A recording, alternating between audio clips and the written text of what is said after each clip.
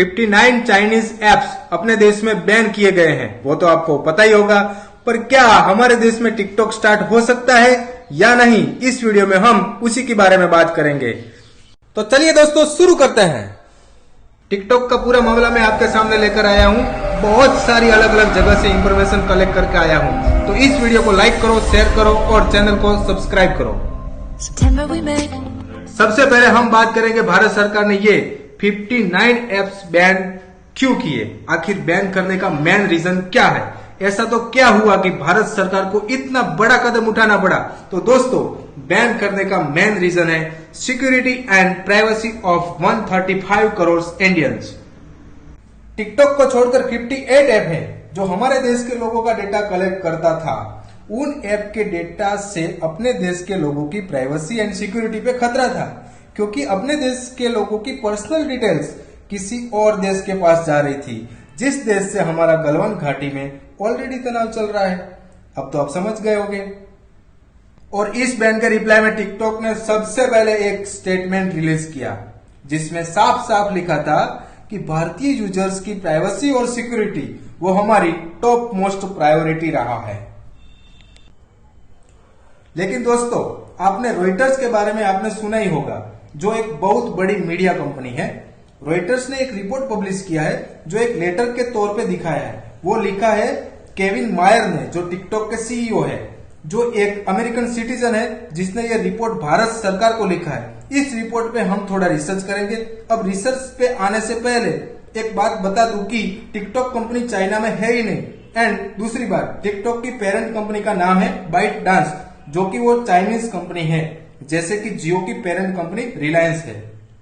अब दोस्तों रॉयटर के हिसाब से नेक्स्ट वीक में भारत सरकार और केविन मायर्स के बीच एक मीटिंग हो सकती है।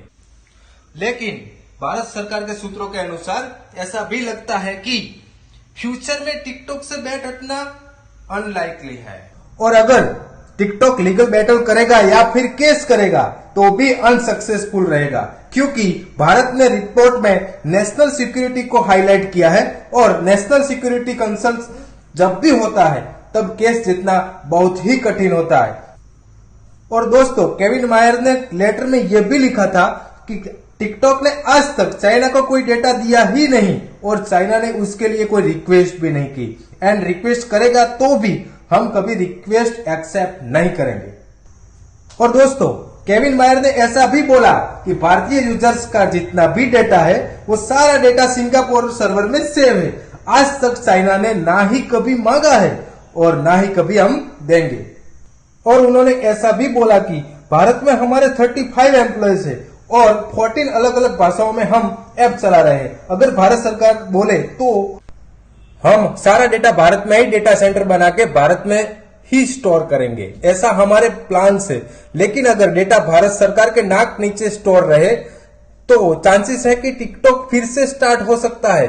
अगर ऐसा हुआ तो टिकटॉक पे जो हमने बैन लगाया था, इतना बड़ा स्टेप लिया था, वो वेस्ट हो जाएगा। और दूसरा चांस है कि भारत और चाइना के बीच लद्दाख में जो तनाव चल रहा है वो अगर सुलझ जाए तो भी टिकटॉक चालू होने का चांसेस है।